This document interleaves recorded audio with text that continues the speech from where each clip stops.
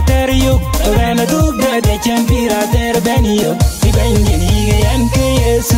Vena dugda de chen piraterio Vena dugda de chen pirater benio Di bengini yan ke Yesu Vena dugda de chen pir dum laoyo Vena dugda de chen pirater benio Di bengini yan ke Yesu Benchayum puyan Ana mide po andien men ngapire yamrian che kai gapin banyal Iwaile benyigo pirater Benchading puyan Ana mide po andien men ngapire yamrian che kai gapin banyal Iwaile benyigo pirater Awain jay benyigo pirat Awaile benyigo pirater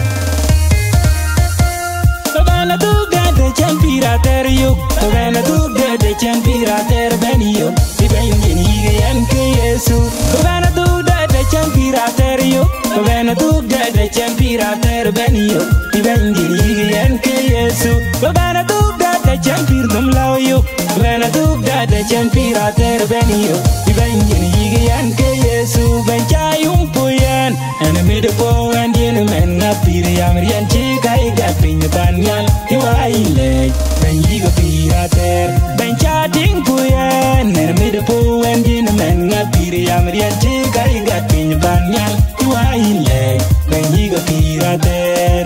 Awain jay benyigo pirat Awaile benyigo pirater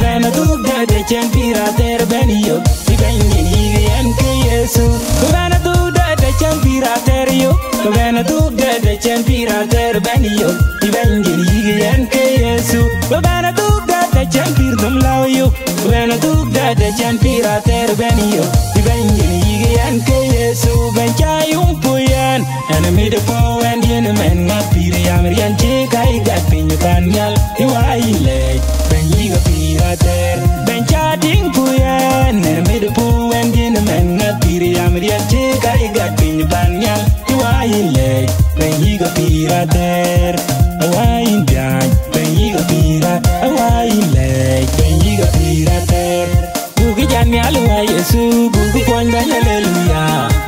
Iwa Yesu bugi dor bany hallelujah Wabi jani alwa Yesu Wabi jani hallelujah Banyi di dagan yaruk Adi kuling real ben Yesu Oh di kuling real ben